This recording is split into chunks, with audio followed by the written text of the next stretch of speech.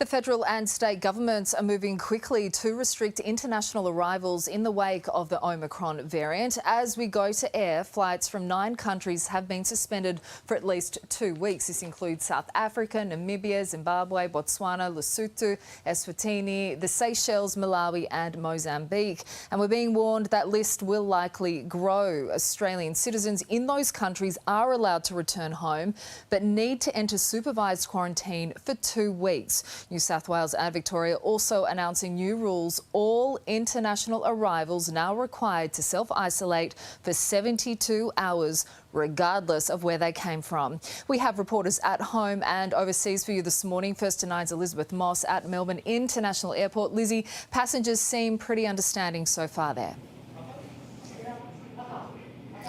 They do so far. We've just spoken with some passengers who got off a flight from Singapore this morning. They were told that it was about 7 minutes before their flight boarded. They received calls to say, all right, the quarantine rules have changed. You will need to enter self-isolation for 72 hours. Many have said, well, this is just something that comes with travel these days. And a lot of them were coming home, so they weren't too fazed by it this morning.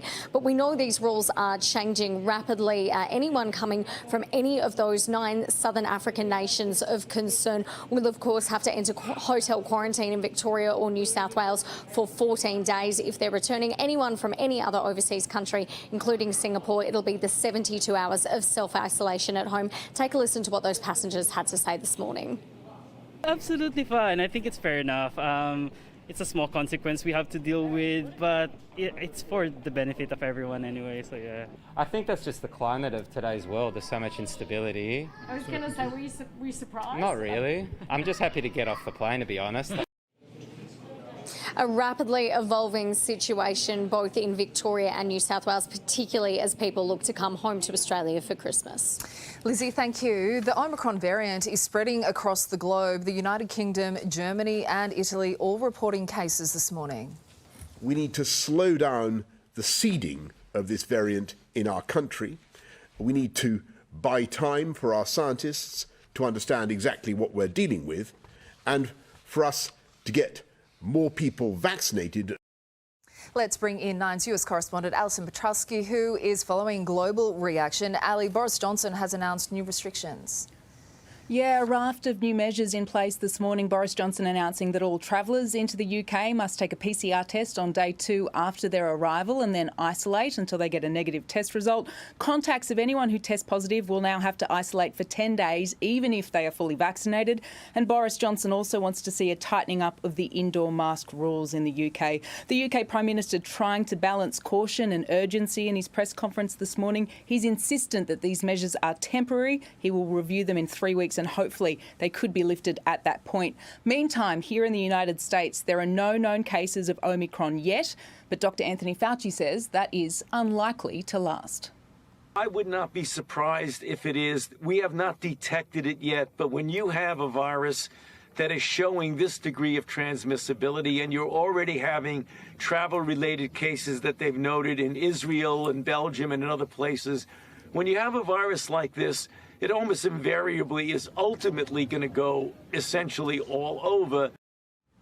So much still not known about this variant, Sophie. Dr. Anthony Fauci went on to say that it's probably 2 or 3 weeks until we have a better idea on how effective our current vaccines are with this new variant. And a lot of trepidation, I have to say, here in the US about this new variant today. The US, unfortunately, has the unfortunate title of the most COVID deaths in the world so far at 777,000. And Sophie, that number is still climbing. Hugely concerning. Ali, thank you.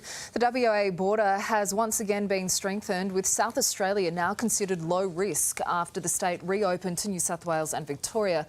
Arrivals from South Australia will now need to isolate for 14 days. I realise it will be disruptive and also inconvenient for some families, but I've got to take account of the greater good here. South Australia recorded 3 new cases of COVID-19 yesterday, but none of those were acquired overseas. Parts of New South Wales are this morning bracing for the worst flooding in nearly 50 years. Authorities believe the Namoy River at Gunnedah could peak at 8.53 metres, which would be the highest levels since 1974. Overnight, a couple were rescued from floodwaters as a number of roads in the town became inundated.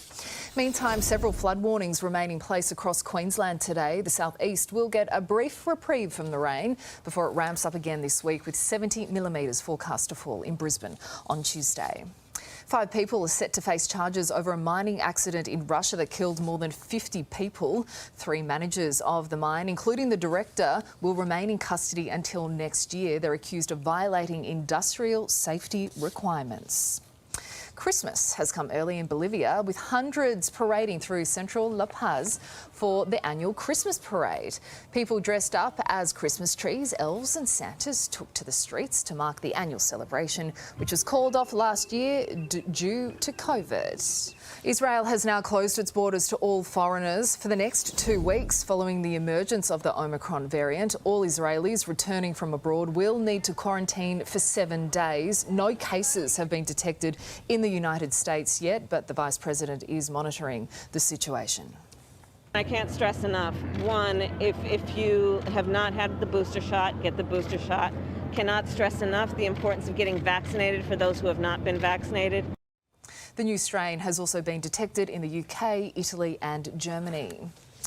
Breaking news this hour, and Victoria has recorded 1,061 new cases overnight, with 4 people losing their lives. In New South Wales, there was 185 new cases and no new deaths for the 4th day in a row.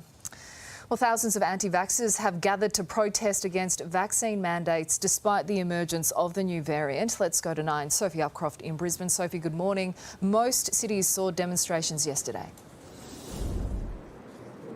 A big day of protests right across the country. Sophie, huge crowds turned out to rally in the millions march against mandatory vaccinations. We saw thousands turn out in Sydney, Melbourne, Perth and on the Gold Coast, where we saw a guest appearance from controversial Senator Pauline Hanson. She mingled with the crowd and then gave a passionate speech where she talked about her failed attempt this week to get a bill before the federal parliament to essentially stop vaccine mandates. She took aim at the federal government in her speech, and she certainly didn't mince her words. Here's what she had to say.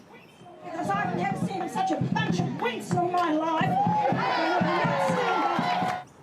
This played out on a day when Queensland recorded another day of no new community cases, but we have seen a couple of new exposure sites pop up at the Brisbane domestic airport on Thursday evening. However, health authorities aren't overly concerned about this as they relate to a family travelling back from Victoria who are now in hotel quarantine. But if you were at the airport at those times, you should go to the Queensland Health website to see whether or not you need to get tested. Sophie, thanks for the update. The Prime Minister is expected to announce new legislation today to give Australian courts the power to force social media companies to identify online trolls. People who believe they have been defamed can ask for a court order which would force the tech giants to unmask anonymous users. If the outlet refuses or is unable to identify the perpetrators, they will have to pay the defamation costs. 3 people have died in the UK as a severe storm lashed parts of the country. One woman lucky to be alive after a tree fell just metres from where she was standing. Storm Arwen has delivered gale force winds up to 157 kilometres an hour.